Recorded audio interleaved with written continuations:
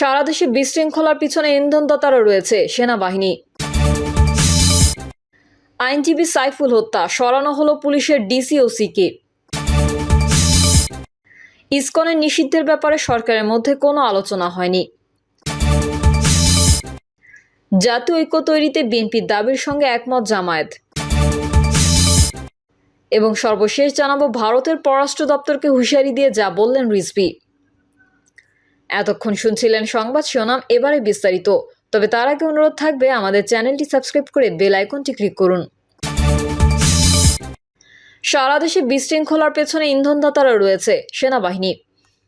সম্প্রতি সারা দেশে চলমান বিশৃঙ্খলার পেছনে উদ্দেশ্যমূলক ইন্ধন দেখছে সেনাবাহিনী। তবে এই ইন্ধনদাতা কারা, তাদের সুনির্দিষ্ট পরিচয় সেনাবাহিনীর কাছে নেই।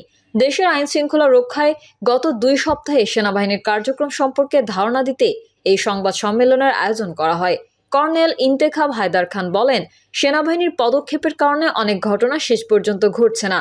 যেগুলো ঘটছে সেগুলো থেমে থেমে যায়, সেজন্য দ্রুত পদক্ষেপ নিচ্ছে সেনাবাহিনী।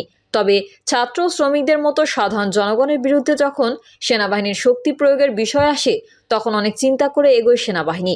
সেজন্য হয়তো অনেকে মনে করতে পারেন যে আইন শৃঙ্খলা বাহিনী যথাযথ পদক্ষেপ নেয়নি। রাজধানীর যাত্রাবাড়িতে অনেক পরে সেনাবাহিনীর উপস্থিতি দেখা গেছে এবং তারা আসার পরেও তেমন ভূমিকা কেন দেখা যায়নি জানতে চাইলে কর্নেল ইন্তেখাব বলেন, এমন ছাত্ররাই কিন্তু আন্দোলন করে দেশের এমন একটা পরিবর্তন এনেছে। আমরা সবাই আশা করছি যে দেশটা একটা ভালো দিকে যাবে। ছাত্ররাই যখন কারো ইন্ধনে পরিস্থিতি না বুঝে সাময়িকভাবে ডিরেইলজ হয়ে যাচ্ছে, তখন তাদের বিরুদ্ধে আমরা যদি শক্তি প্রয়োগের কথা চিন্তা করি, তখন আমাদের কিন্তু অনেক চিন্তা করে কাজটা করতে হয়। আমরা আশা করি ছাত্ররা বা সাধারণ মানুষ যারা আছে প্রত্যেকেই নিজ নিজ দায়িত্ব বুঝবেন। আর সামাজিক মাধ্যম বা যে কোনো মাধ্যমে কোনো উস্কানি এলে সবাই যেন যাচাই করে চেষ্টা করেন যে আসলে ঘটনাটি কি ঘটছে। আইনজীবী সাইফুল হত্যা, সরানো হলো পুলিশের ডিসি ও সিকে। চট্টগ্রাম আদালতের আইনজীবী সাইফুল ইসলাম আলিফ হত্যাকাণ্ডে পুলিশের ভূমিকা নিয়ে এখন চুলচেরা বিশ্লেষণ হচ্ছে।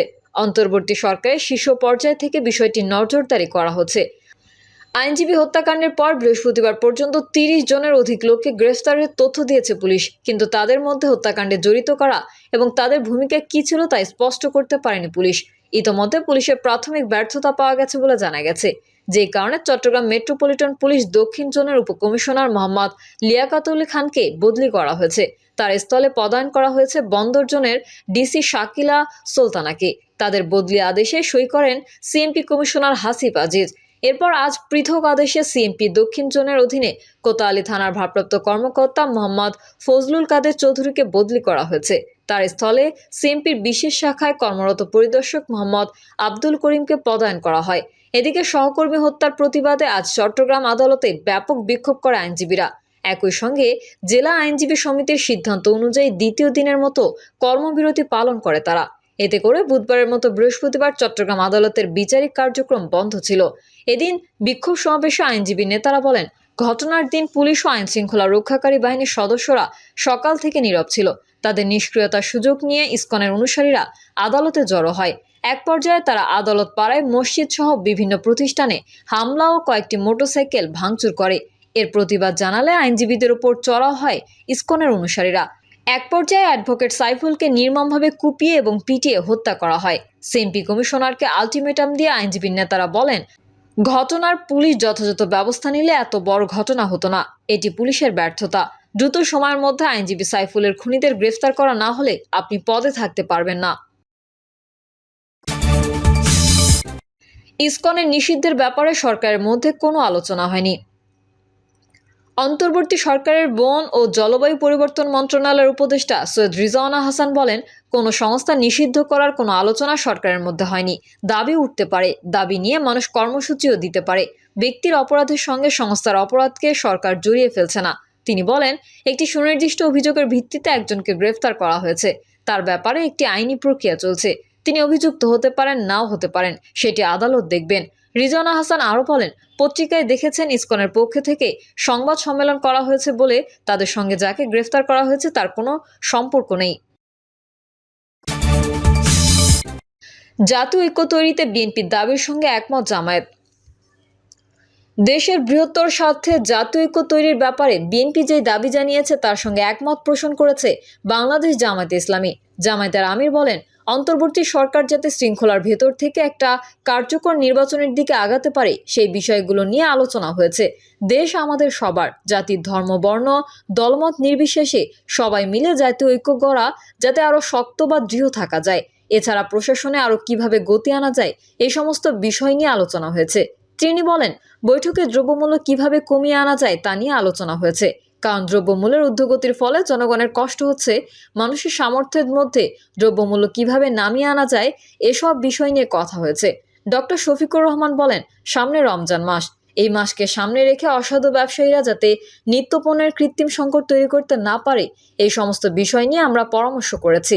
জামায়াতের আমির বলেন, আইন শৃঙ্খলা পরিস্থিতি নিয়েও অনেক আলোচনা হয়েছে। সম্প্রতি ঘটে যাওয়া কিছু ঘটনা নিয়ে আলোচনা হয়েছে। এসব আলোচনায় আমরা একমত হয়েছি। আমরা বলেছি, দেশবাসীকে সঙ্গে নিয়ে দেশকে এগিয়ে নেওয়ার চেষ্টা করতে হবে। আইন শৃঙ্খলার অবনতি ঘটাতে যারাই জড়িত থাকবে তাদেরই আইনের আওতায় আনতে হবে। আইনের আওতায় এনে দেশকে শান্তি শৃঙ্খলা ফিরিয়ে দিতে হবে। এজন্য প্রয়োজন জাতীয় ঐক্য। বিএনপির ঐক্য তৈরির দাবিকে আমরা স্বাগত জানিয়েছি। তিনি আরো বলেন, দলমত ধর্ম নিয়ে ভিন্নতা থাকবেই, দেশকে নিয়ে প্রয়োজনে আমরা যাতে একমত ঐক্যবদ্ধ থাকতে পারি এই বিষয় নিয়ে প্রধান উপদেষ্টার সঙ্গে কথা বলেছি।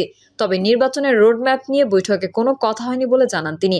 ইসকন নিয়ে এক প্রশ্নের জবাবে জামায়াতের আমির বলেন, শুধু ইসকন না, জাতীয় স্বার্থের বিরুদ্ধে যারাই যাবে তাদের বিরুদ্ধে ব্যবস্থা নেওয়ার জন্য আমরা প্রধান উপদেষ্টার সঙ্গে কথা বলেছি। ভারতের পররাষ্ট্র দপ্তরকে হুঁশিয়ারি দিয়ে যা বললেন রিজভী।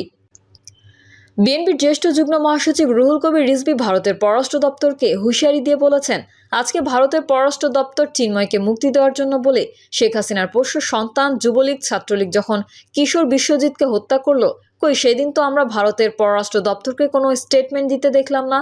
তখন তারা নিশ্চুপ থাকলো কেন? যখন উত্তর পূর্বাঞ্চলে বানের পানিতে ভেসে গেল, সেখানে তো শুধু মুসলমানের বাড়ি ভাসেনি, হিন্দুদের বাড়িও ভেসে গেছে। সেদিন তো ভারতের পররাষ্ট্র দপ্তরের মায়া দয়া দেখলাম না। চিন্ময় বাংলাদেশি নাগরিক, সে অপরাধ করুক বা না করুক, আদালত সেটা দেখবে। তিনি আরো বলেন, আপনাদের এত আগ্রহ কেন? জুলাই আগস্ট আন্দোলনে 2000-এর মতো শিশু তরুণ কিশোরকে নির্বিচারে হত্যা করলো যেই শেখ হাসিনা, তাকে আপনারা সেখানে আশ্রয় দিলেন। বাংলাদেশকে অস্থিতিশীল করে আপনারা আর পার পাবেন না। আন্তর্জাতিক ষড়যন্ত্র দিয়ে বাংলাদেশকে দাবিয়ে রাখা যাবে না। দেশকে অস্থিতিশীল করার জন্য যত রকম পদ্ধতি নেওয়া দরকার সেটা করা হচ্ছে বলে বিএনপির জ্যেষ্ঠ নেতা বলেন। চিন্ময় গ্রেফতার হয়েছেন দেশের প্রচলিত আইন অনুযায়ী। হঠাৎ করে ইসকন নামের একটি সংগঠনের বিভিন্ন তৎপরতা দেখা গেল। সেই তৎপরতার মধ্যে দেশকে অস্থিতিশীল করার জন্য যত রকম পদ্ধতি নেওয়া দরকার সেটা করা হচ্ছে। চিন্ময়ের গ্রেফতারের ঘটনায় শেখ হাসিনা কুমিরের কান্না করছেন বলে মন্তব্য করে রাষ্ট্র সাবেক এই ভিপি বলেন, চিন্ময়কে গ্রেফতারের ব্যাপারে শেখ হাসিনা অত্যন্ত দুঃখ প্রকাশ করে তার মুক্তি দাবি করে একটি স্টেটমেন্ট দিয়েছেন। মুগ্ধর মতো একটি তারুণ্যদীপ্ত ছেলে তার আরেক সতীর্থ গুলি খাচ্ছে, তার মধ্যে বলছে পানি লাগবে পানি। আপনি কি সেই মুগ্ধকে হত্যা করতে পারেন? রংপুরের আবু সাইদের বুকে পুলিশ দিয়ে গুলি করে তাকে হত্যা করতে পারেন? আর আজকে চিন্ময় গ্রেফতার হয়েছে বলে আপনি কুমিরের কান্না কাঁদছেন। সার্জিস ও হাসনাতের গাড়ি বহরে দুর্ঘটনার বিষয়ে তিনি বলেন, আজকে সার্জিস ও হাসনাতের উপর যে আক্রমণ হয়েছে তারা বলেছে এখানে ইসকনের সংযোগ থাকতে পারে। এগুলো কি ঘটনা ঘটছে? আপনারা কি মনে করছেন বাংলাদেশকে অস্থিতিশীল করে আপনারা পার পেয়ে যাবেন? 18 কোটি মানুষের দেশে অস্থিতিশীল করে আপনারা কিছুই করতে পারবেন না। অন্তর্বর্তীকালীন সরকারের সমালোচনা করে অনুষ্ঠানের প্রধান আলোচক ইসলামী বিশ্ববিদ্যালয়ের সাবেক উপাচার্য অধ্যাপক রফিকুল ইসলাম বলেন, 5ই আগস্ট ছাত্র জনতার আন্দোলনে কোনো একক কৃতিত্বের ফসল নয়। এর আগে বিএনপির দীর্ঘ 16 বছরের আন্দোলন সংগ্রামের অধ্যায় রয়েছে। বর্তমান অন্তর্বর্তীকালীন সরকার গঠনের অন্যতম কারণ প্রশাসনিক কাঠামো সংস্কার করে নির্বাচনের ব্যবস্থা করা। আশা করছি এদিকে নজর দেবেন। প্রিয় দর্শক, এই ছিল এখনকার সর্বশেষ সংবাদ। আপডেট ও সংবাদ পেতে চ্যানেলটি সাবস্ক্রাইব করে বেল আইকনটি ক্লিক করুন। কমেন্টে আপনার মতামত জানিয়ে আমাদের সাথেই থাকুন। ধন্যবাদ সবাইকে। আল্লাহ হাফেজ।